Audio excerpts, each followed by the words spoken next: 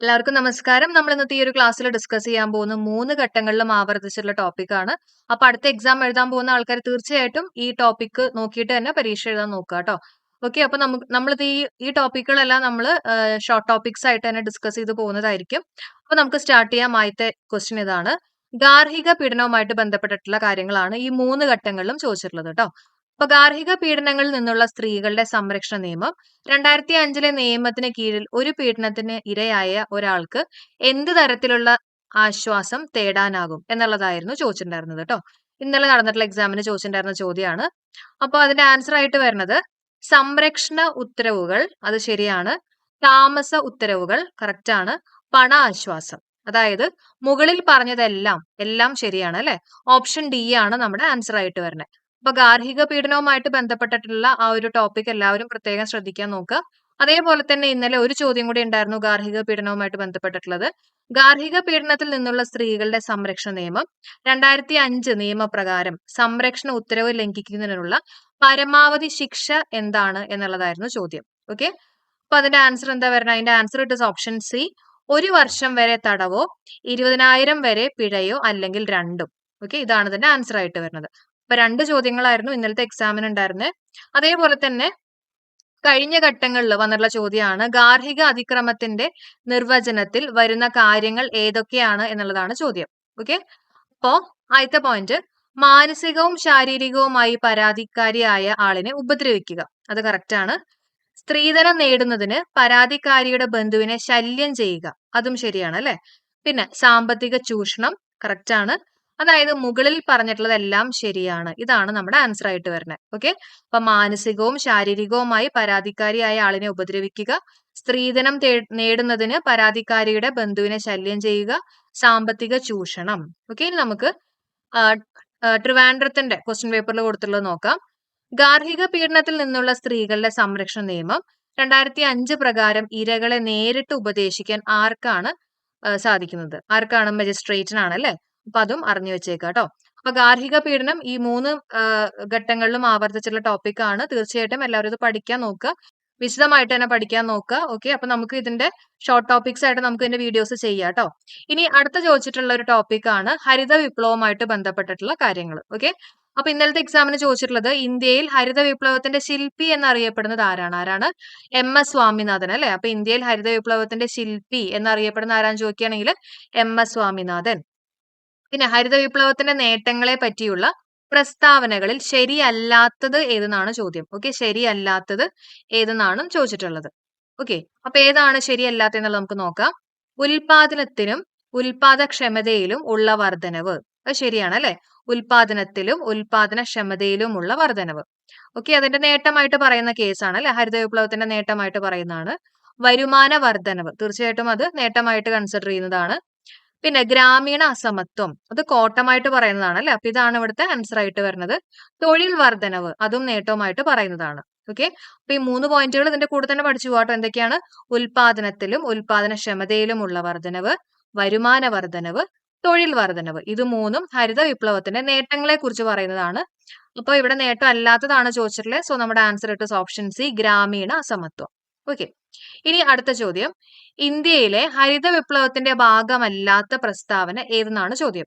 ആധുനിക സാങ്കേതിക വിദ്യ ഉപയോഗിച്ച് കാർഷിക ഉൽപാദനത്തിൽ വൻ വർധനവ് സൃഷ്ടിച്ചു, അത് ശരിയാണ് അല്ലെ. ഇനി ഭക്ഷ്യോൽപാദന രംഗത്ത് ഇന്ത്യ സ്വയം പര്യാപ്തത കൈവരിച്ചു, അതും കറക്റ്റ് ആണ്.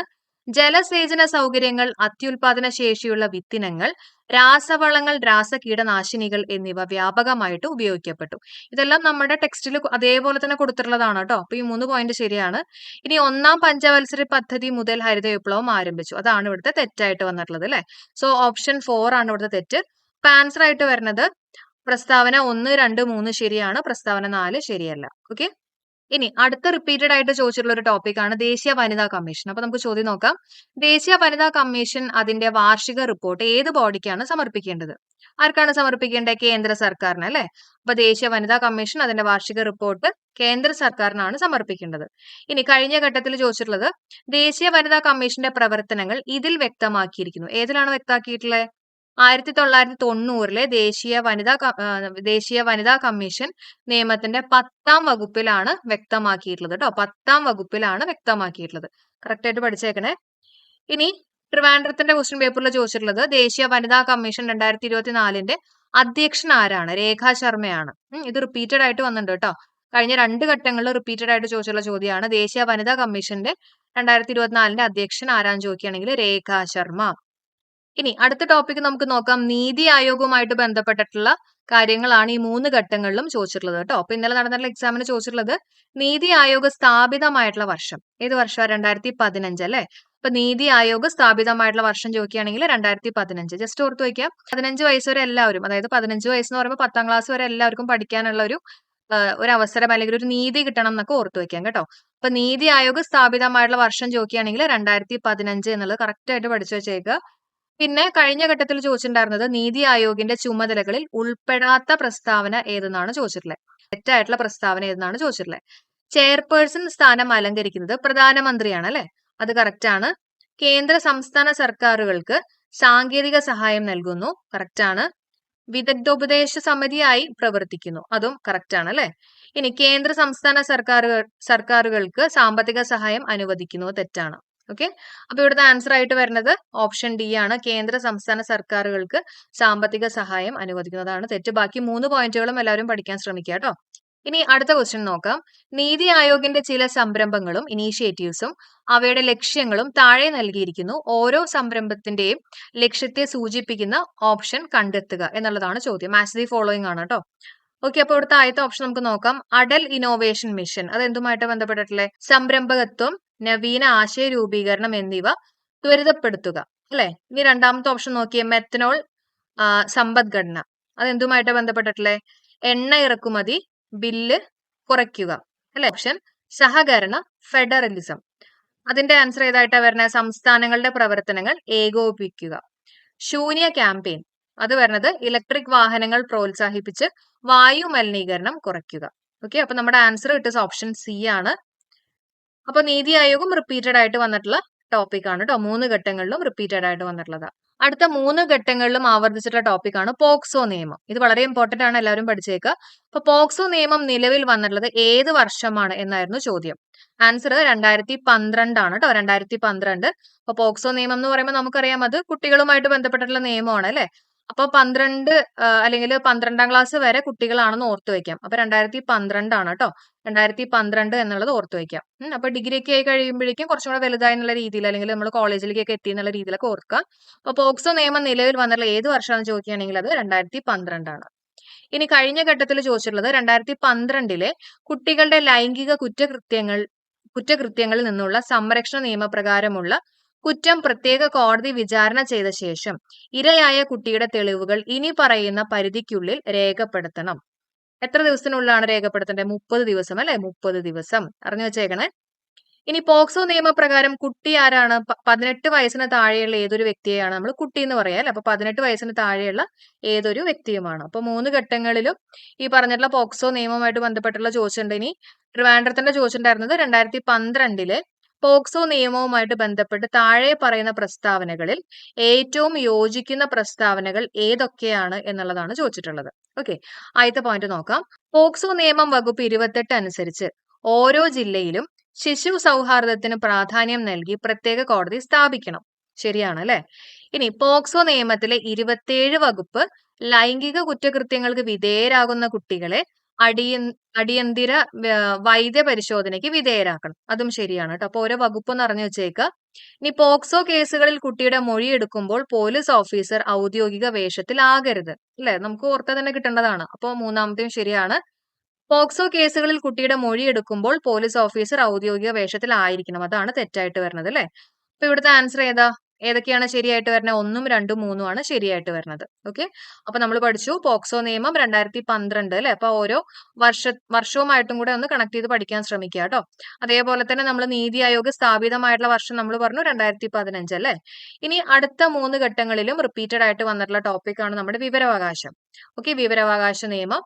ഇനി അടുത്ത റിപ്പീറ്റഡ് ആയിട്ട് ചോദിച്ചിട്ടുള്ള ടോപ്പിക് ആണ് വിവരാവകാശ നിയമം. ഓക്കെ. ആദ്യത്തെ ചോദ്യം, വിവരാവകാശ നിയമപ്രകാരം വിവരങ്ങൾ വെളിപ്പെടുത്തിയാൽ അത് നിഷേധിക്കാവുന്നതാണ്.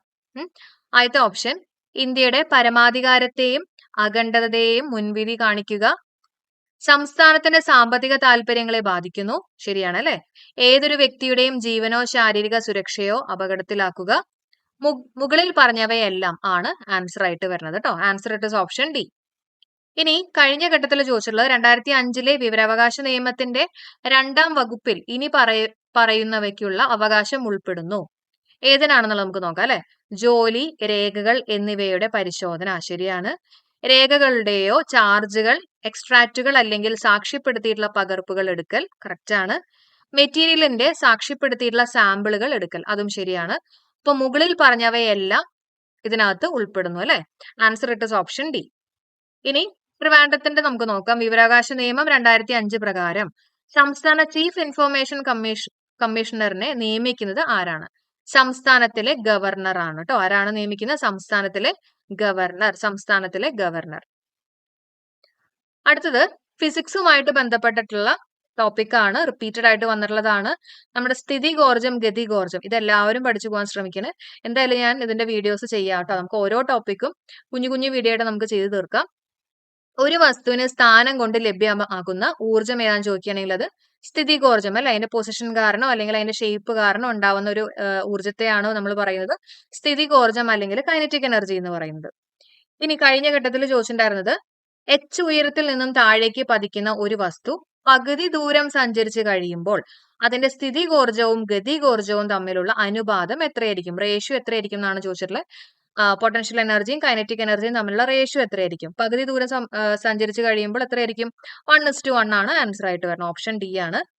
അതേപോലെ തന്നെ ഇതിനു മുമ്പ് ചോദിച്ചിട്ടുള്ള ക്വസ്റ്റ്യൻ പേപ്പറിൽ ഉണ്ടായിരുന്നത് 1 മീറ്റർ ഉയരത്തിലുള്ള മേശപ്പുറത്ത് സ്ഥിതി ചെയ്യുന്ന 0.2 kg മാസുള്ള ഒരു ബോക്സിന്റെ സ്ഥിതികോർജം എത്രയായിരിക്കും? ആൻസർ വരുന്നത് 2 ജൂൾസ് ആണ്. അപ്പോൾ പൊട്ടൻഷ്യൽ എനർജിനെയും കൈനറ്റിക് എനർജിയും ബേസ് ചെയ്തിട്ടുള്ള എന്താ പറയാ ഫിസിക്സിലെ ന്യൂമറിക്കൽസ് എല്ലാവരും ചെയ്ത് പഠിക്കാൻ ശ്രമിക്കുക.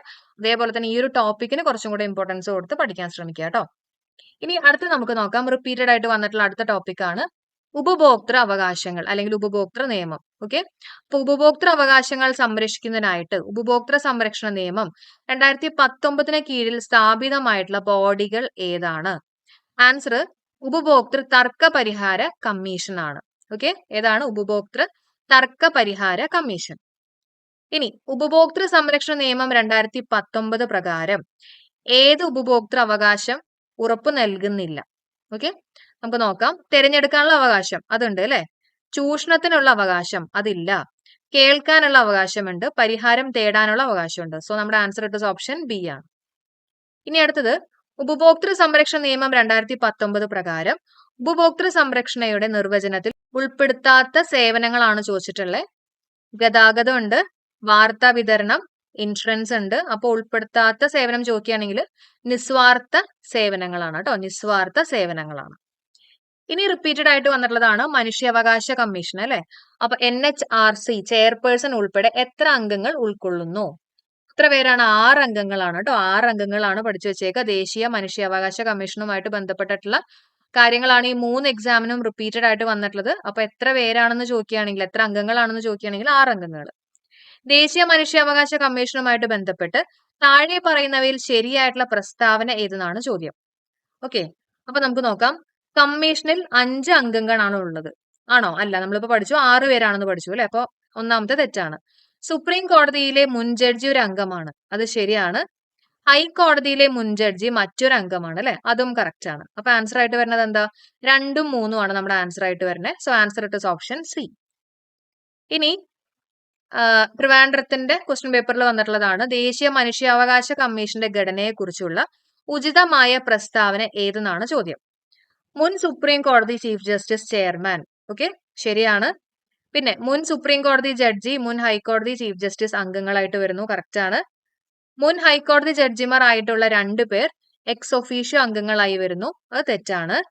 മനുഷ്യാവകാശങ്ങളെ സംബന്ധിച്ചുള്ള വിഷയങ്ങളിൽ അറിവും പ്രായോഗിക പരിചയവുമുള്ള 2 പേർ അംഗങ്ങളായിട്ട് വരുന്നു. അത് കറക്റ്റ് ആണ്. ഓക്കെ, അപ്പൊ ദേശീയ മനുഷ്യാവകാശ കമ്മീഷന്റെ ആ കമ്മിറ്റിയിലുള്ള അംഗങ്ങളും കാര്യങ്ങളൊക്കെ കറക്റ്റ് ആയിട്ട് പഠിക്കുക കേട്ടോ.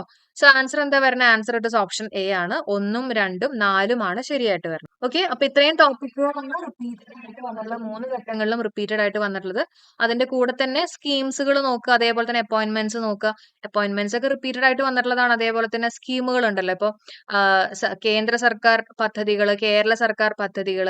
ഓക്കെ, അപ്പൊ ഇങ്ങനെയുള്ള ടോപ്പിക്കുകളും കൂടെ നോക്കുക. അപ്പൊ നമ്മൾ ഇന്ന് ഡിസ്കസ് ചെയ്തിട്ടുള്ള ഇത്രയും ടോപ്പിക്കുകളുടെ കുഞ്ഞു കുഞ്ഞു വീഡിയോസ് നമുക്ക് എത്രയും പെട്ടെന്ന് തന്നെ ചെയ്യാം. അപ്പൊ അതിന്റെ ഒപ്പം തന്നെ നിങ്ങൾക്ക് ഏതെങ്കിലും ഇമ്പോർട്ടന്റ് ആയിട്ട് തോന്നിയിട്ടുള്ള ടോപ്പിക്കുകൾ വേണമെങ്കിൽ അതും കൂടെ നിങ്ങൾക്ക് കമന്റ് ചെയ്യാം. തീർച്ചയായിട്ടും നമ്മൾ കമന്റ്സ് അനുസരിച്ചിട്ടാണ് കൂടുതൽ വീഡിയോസ് ചെയ്യുക കേട്ടോ.